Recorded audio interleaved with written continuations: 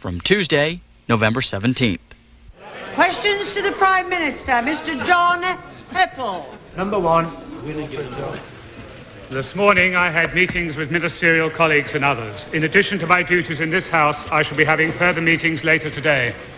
Mr. Heppel.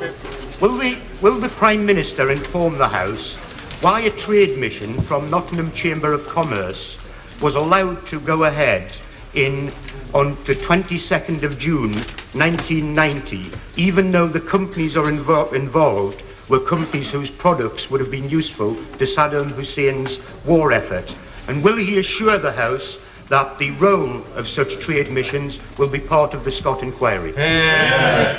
Well, I will certainly examine the point that the honourable gentleman raises. As he may well know, my office receives something like 3,000 letters and innumerable documentation each week, so I can't reply directly to him, but I will examine the point he raises. Mr. Michael Lord. Would the Prime Minister agree that the Chancellor's autumn budget contained excellent news for the building industry? And would he further agree that allowing housing associations more resources to buy up empty properties and allowing local authorities more discretion to spend their capital receipts will be an excellent boost for the housing market? Yes, I think my honourable friend is quite right. There are a number of aspects of my right honourable friend's statement that were very good news indeed for the housing market. And as Abbey National has said, this may prove to be the point at which the housing market turns. I hope that is the view of Abbey National, and I hope it proves to be correct. May I also say my right honourable friend had a meeting with mortgage lenders yesterday to discuss with them the ways to make sure that the money is used as effectively as possible to reduce the overhang of empty properties on the market. I believe if it is, it will have a material impact on the housing market and a beneficial one. Mr. John Smith. Madam Speaker, last night a Downing Street spokesman briefed the press that the 1984 guidelines for exports of arms-related equipment to Iraq were changed in 1988. Can the Prime Minister tell us why Parliament was not informed of this change? I think the right honourable gentleman is well aware that we've set out the most wide-ranging terms of inquiry possible. Very wide-ranging terms, far more wide-ranging than most people imagined would be the case, and all these matters are going to be discussed on that particular occasion. All those matters are going to be discussed on that particular occasion, as the right honourable gentleman is aware. I hope he will now accept that those terms are so wide-ranging that they cover so many aspects that there is nothing that will not be fully examined. Mr. John Smith. Can the Prime Minister then tell me why the question of whether Parliament was misled or not is not included in the terms of reference of the inquiry? The right honourable gentleman is being extremely silly. If he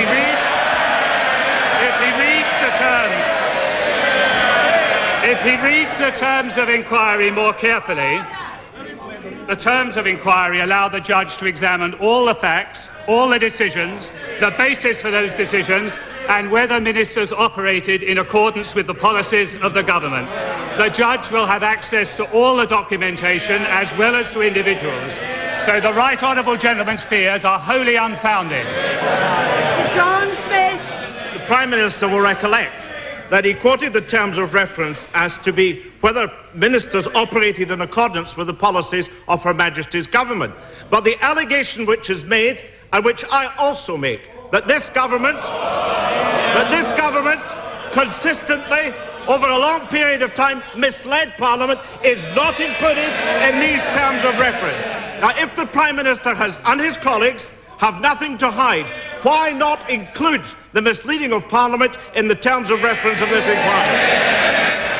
The right honourable gentleman should read the terms of reference, and he will see that that is entirely implicit in the terms of reference. The suggestion that ministers misled the House is a serious charge, a scurrilous charge, and it has no basis whatsoever in fact. It is typical of the charges we have had from the Labour Party before. It is typical of the charges over BCCI, which were utterly unfounded. and which the Right Honourable Gentleman and his colleagues have never apologised for making. Mr. Michael Fabricant. Smears and innuendo. Thank you, Madam Speaker. Is my right honourable friend aware that despite the ever-growing recession in Germany, over £360 million worth of property in central London has recently been bought up by German investment trusts? Isn't this, by putting their Deutschmarks where their mouths are, a demonstration of confidence in British economic policy? Well, as my honourable friend knows, there is a very large amount of inward investment in this country, both from within the European community and from beyond the European community. Indeed, in terms of investment in countries within the community but from beyond it, by far the lion's share comes to this government, to this country, because of this government's policies over recent years. Mr. Elliot Morley. Number two, Madam. I refer the honourable gentleman to the answer I gave a few moments ago. Is the Prime Minister aware of the effects of his economic incompetence on companies like British Steel and Scunthorpe and unemployment? Is he further aware that long-term unemployment has risen by 48%, to stand at 302,000? Is it not a matter of regret, Madam Speaker, that of all the things the Prime Minister mentioned in his speech to the Lord Mayor's banquet last night, unemployment wasn't one of them? Well, the honourable gentleman clearly understands even less than I thought he did. He clearly hasn't read my speech, and he clearly hasn't read the press reports. The speech was nearly all about the strategy for growth to provide long-term secure jobs. And if the honourable gentleman doesn't understand that, then he doesn't understand anything. Mrs. Marion Rowe. Will my right honourable friend join me in congratulating the Chancellor? Order. The House must settle down. Let's have some order. Order. Front bench members who are bawling and shouting. Order. This is Marion Rowe. Will my right honourable friend join me in congratulating the Chancellor of the Exchequer on his autumn statement, which did so much to preserve the government's capital programmes? Programmes for new roads, new railways, new hospitals and new schools. Does he agree that this will not only help modernise Britain's infrastructure, but also will create new jobs in our construction industry? Well, I entirely agree with my honourable friend about that. And it is, of course, in sharp contrast to what happened under the last Labour government, when they would always cut capital as the first and easy cut, whilst avoiding the difficult decisions on current account. We have taken the difficult decisions on current account precisely to preserve capital, to build up our future, to create jobs and to build up prosperity. Kate Hoey. Number three, Madam Speaker. I refer the honourable lady to the answer I gave some moments ago. Kate Hoey. Is the Prime Minister aware of the revulsion in the country at his government's inhumane, shameful and sickening policy over Bosnian refugees? Why was the Prime Minister so ready to provide safe havens and air support for the Kurds when they were running from Iraqi aggression, and yet he is not ready to provide those same safe havens and air support for women and children fleeing from Serbian aggression in Central Europe? Well, let me say to the honourable lady that my right honourable friend will deal with this at greater length in a few moments.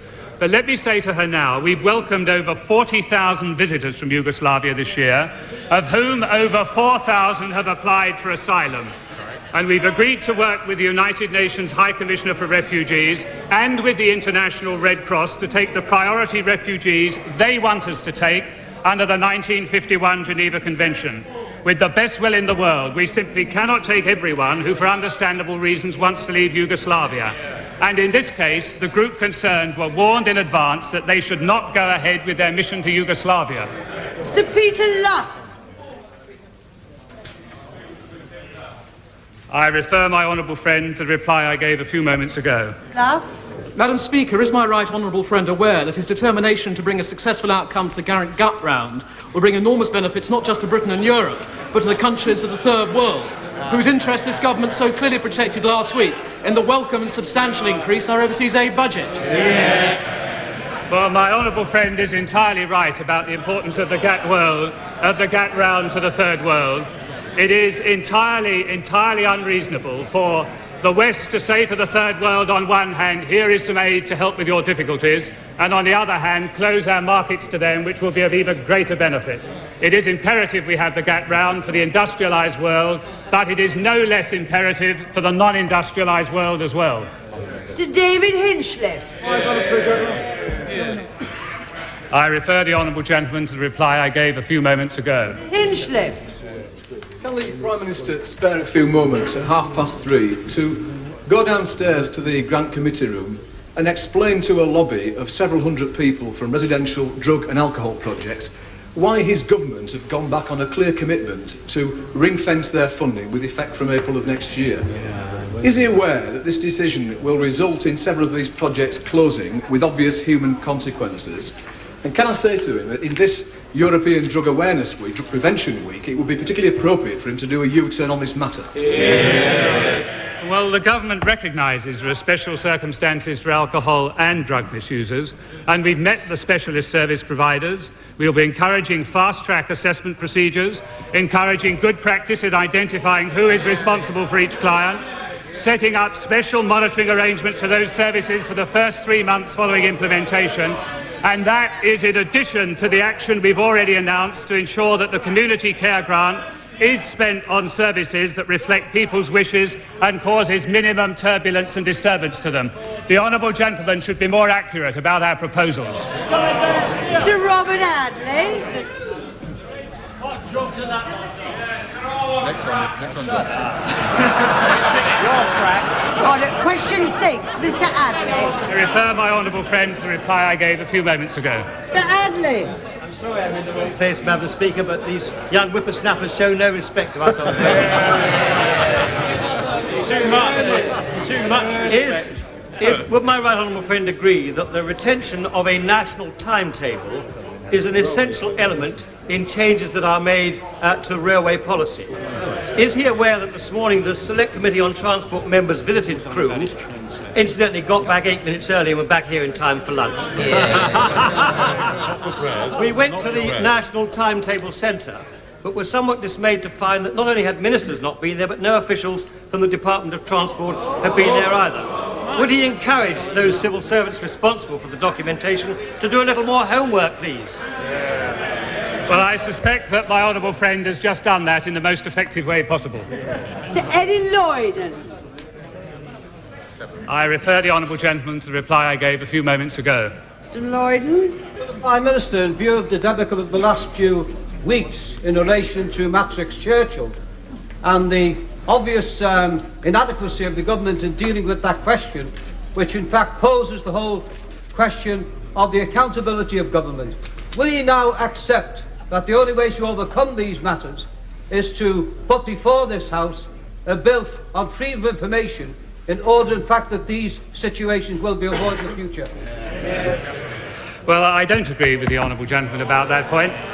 I don't agree with him about that point, and on the substantive matter he mentions, as I've already indicated to his right honourable friend, there will be a full, wide-ranging inquiry upon which, to which every minister concerned will give evidence, all papers will be available, and all civil servants will make themselves available as well. So there will be a full and total disclosure of all those events. Mr. Harry Greenway. Madam Speaker. I refer my honourable friend to the reply I gave some moments ago. Greenway. Madam Speaker, would my right honourable friend say what further steps he can take and will take to press banks to lower their interest rates in line with the reduced bank rate and reducing bank rate, so that businesses can profit from the reductions in the bank rate, and even more particularly young homeowners and mortgage payers in my constituency and throughout the country. Well, Madam Speaker, clearly lower interest rates should benefit businesses and consumers alike and thus help the economy. As my right honourable friend the Chancellor has made clear, he will be taking up the matter with the individual clearing banks, and the Bank of England will be reviewing current practice by the banks. Time's up. We must now move on. That concludes Prime Minister's questions from Tuesday, November 17th. The House then went on to other business.